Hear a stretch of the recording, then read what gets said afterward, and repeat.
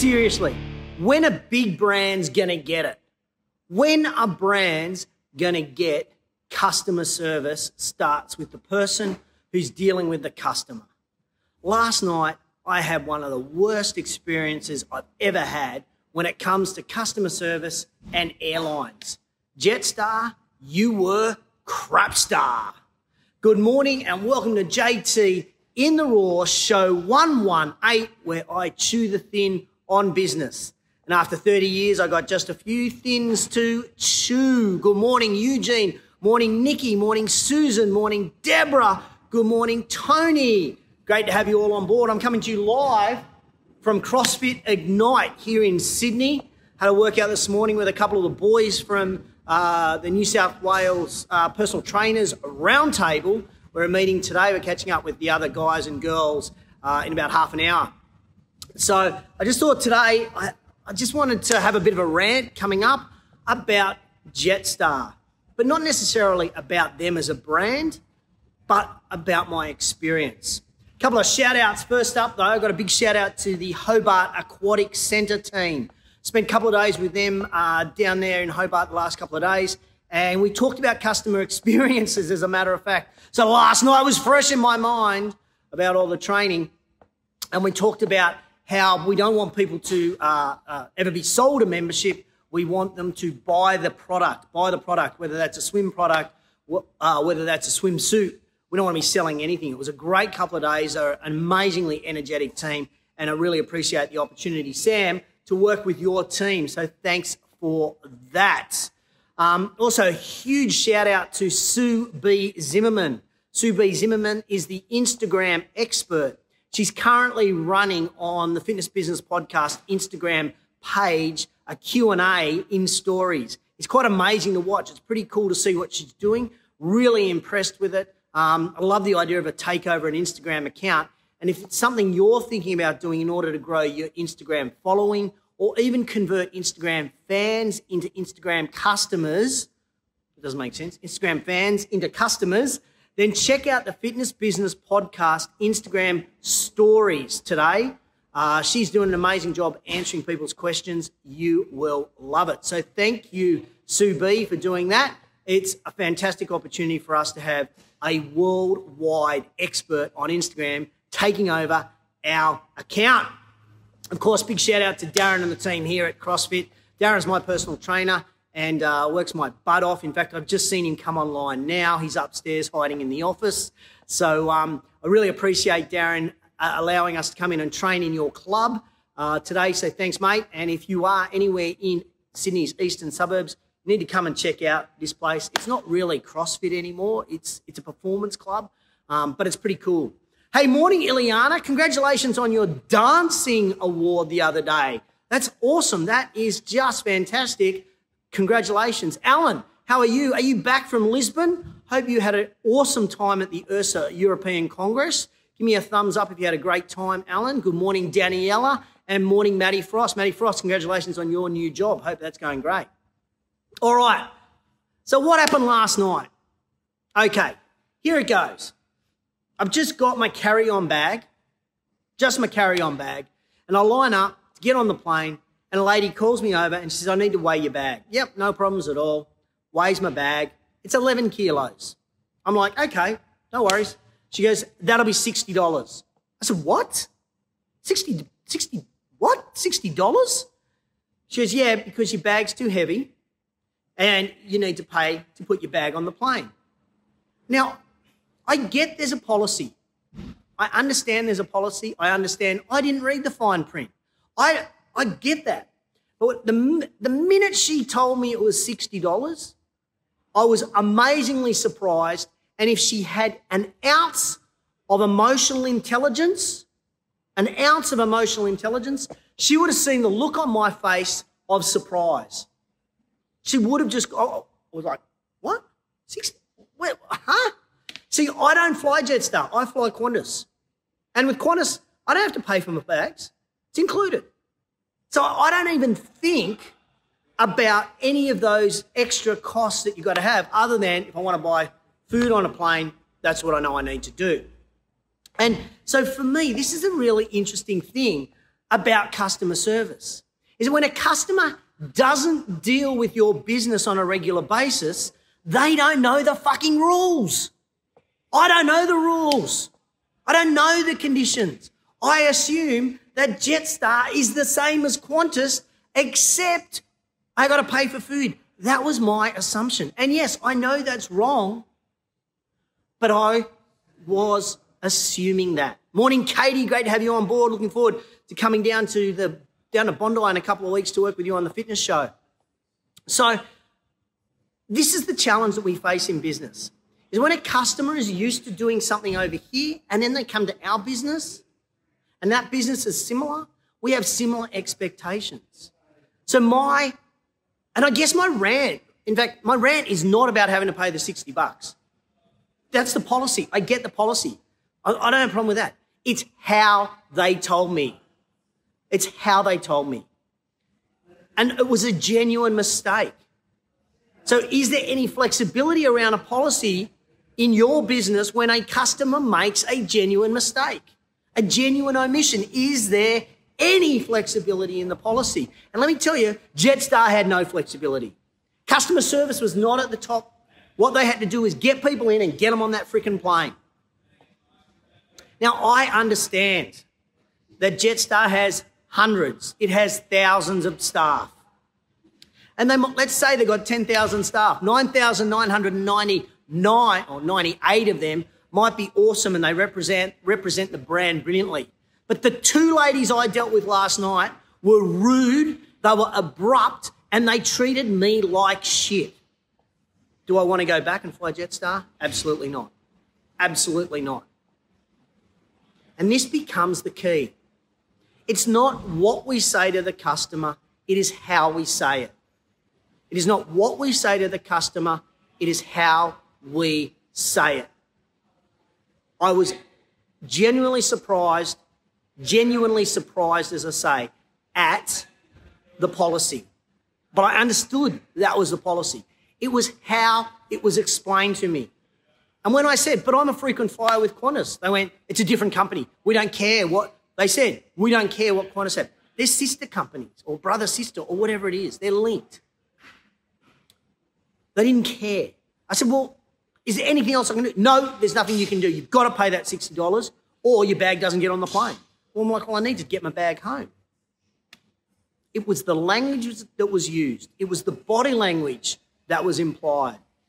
Now, a couple of weeks ago, I did a show about first impressions, the person who's the face of the business. If you missed that show, put in the comments below first, either 1ST or FIRST. Put first in the comments below and I'll send you the link to that show so that you can see how important the first impression is. These people are giving me the idea of what the brand is like and they are the impression. I'm walking away furious. I'm getting on the plane ropeable, not about the policy, but about the way they made me feel. The language made me feel like an idiot. I was embarrassed, publicly humiliated by the way that they spoke to me in front of other people. Do I want to fly with Jetstar again? Absolutely not. And interestingly enough, when I posted it on Facebook, lots of people have said the same thing about the service. When is the brand going to listen? When is the brand going to listen? What about you? When do you listen to your customer? And do you understand, if your customer, it's not your policies that's the problem, it's how we convey that policy to our customer, if they need that. So that was my first gripe. That was my first gripe with Jetstar. It was the way they spoke to me, but more importantly, the way I then felt. I felt the language demeaned me, it embarrassed me, and I felt horrible. Not a great way for the brand. So what I did was send a tweet to Jetstar saying how disappointed I was in the service and how people made me feel. I got a direct message by the time I'd landed in Sydney from Jetstar. Tick, great work, Jetstar.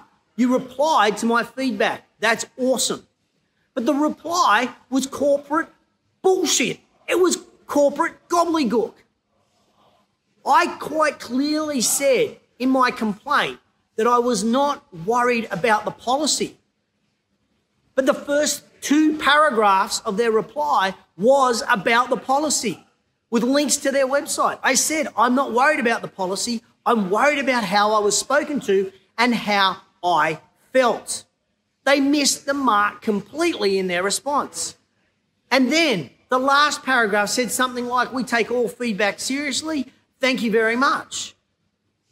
I didn't want that shit. What I wanted to know was what they were going to do with my feedback. I wanted to know the actions. I wanted to know the solutions. I wanted to know that they were going to go back to that person on the front, the front office, or who was checking me in down in Hobart. I wanted her to know that I wasn't happy with the way she spoke to me. And yeah, she probably wasn't happy with the way I spoke to her either. But it was, she started it, then me, and it escalated. So then I replied to the customer service bot or person, and I said, yeah, Ryan, Big D is in the house. He's upstairs. And then they replied. They said, no, we do take all feedback seriously and we use it for ongoing training purposes. What the fuck is that? That's a corporate statement. That's corporate gobbledygook. I want to know what the solution is so no other customer has to feel like I felt. I wasn't looking for reconciliation. I wasn't looking for an apology. What I'm worried about is that other people feel the way I felt. So in the space of 2 hours, I've had 2 people from Jetstar where I've had not pleasant experiences with. And now look, I'm now doing a whole rant, a whole show about how shit the service was. G'day, Darren Voss. How are you, mate? Great to have you. Darren Rush, good to have you on board too. So I've given a show. I've tweeted. I've Facebooked. And now 20 minutes bagging them. How is that for their brand? How does that look?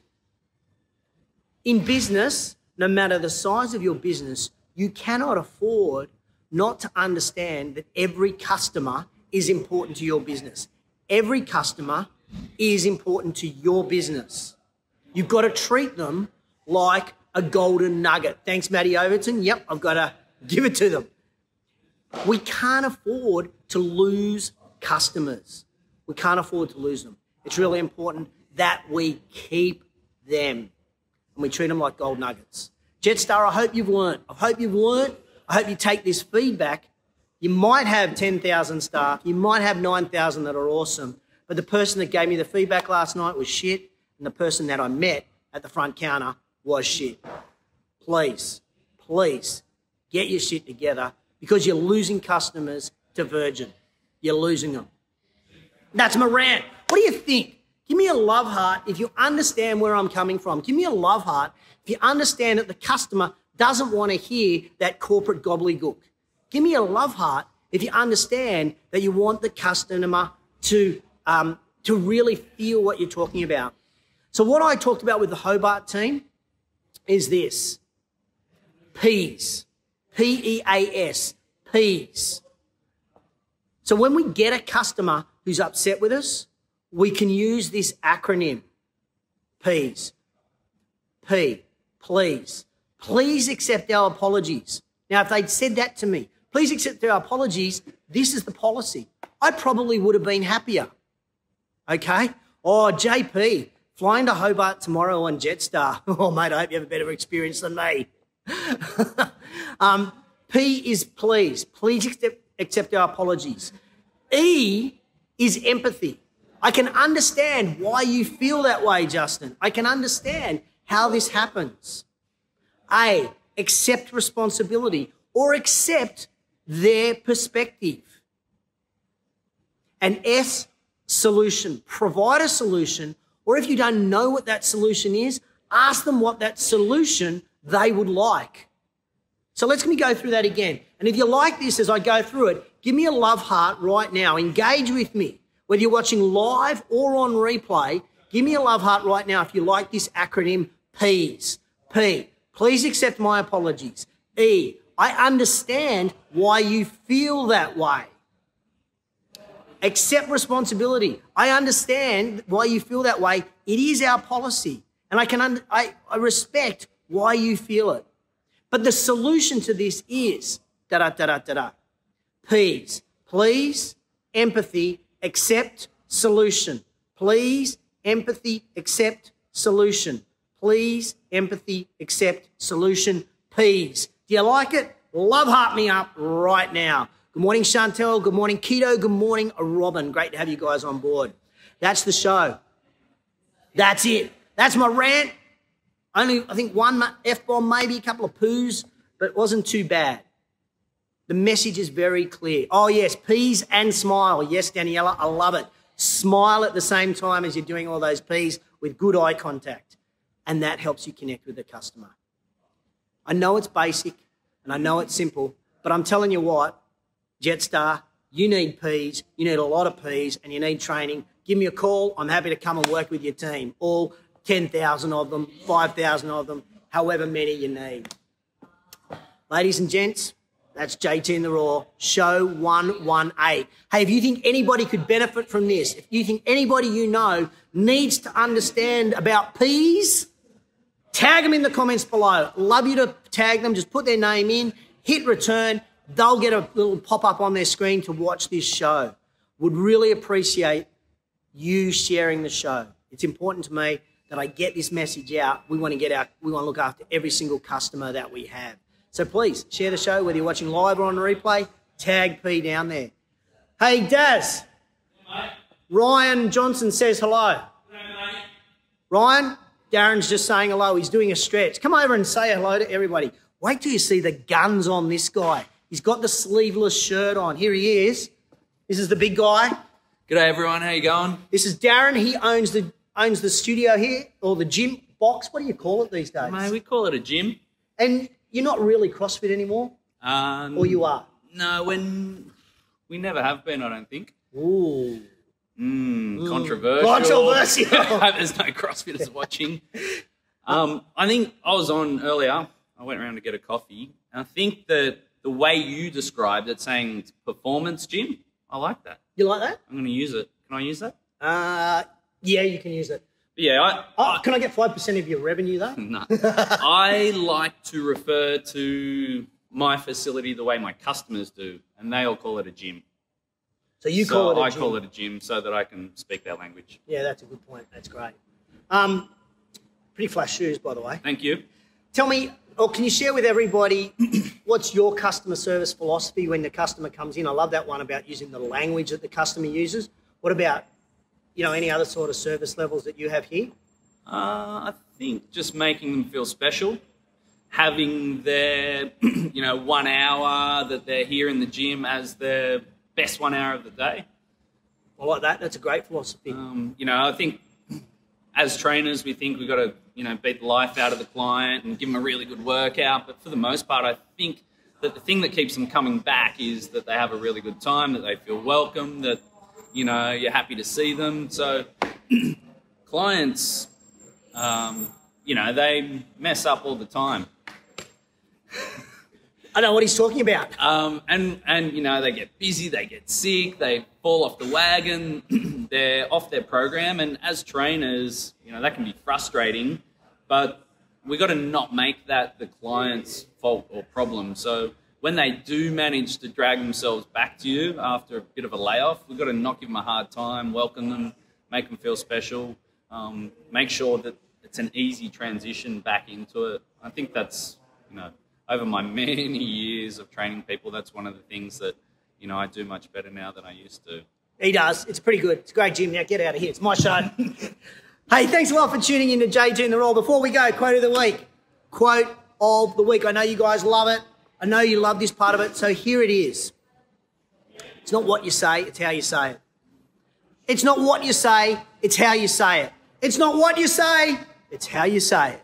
That is the quote of the week. That's the message I want you to take back to your business. Again, if you think anybody can benefit from what we talked about here around P's, around customer experiences and customer service, I would love you to share the show. I'm going to catch you next week. Where am I next week? Next Friday. I think I'll be coming from Beecroft. So please share the show. Have an awesome week ahead. If you're at Anytime Fitness Conference here in Sydney, have a cracking weekend at your conference, and I'll catch you guys on the flip side. Remember, it's not what you say, it's how you say it.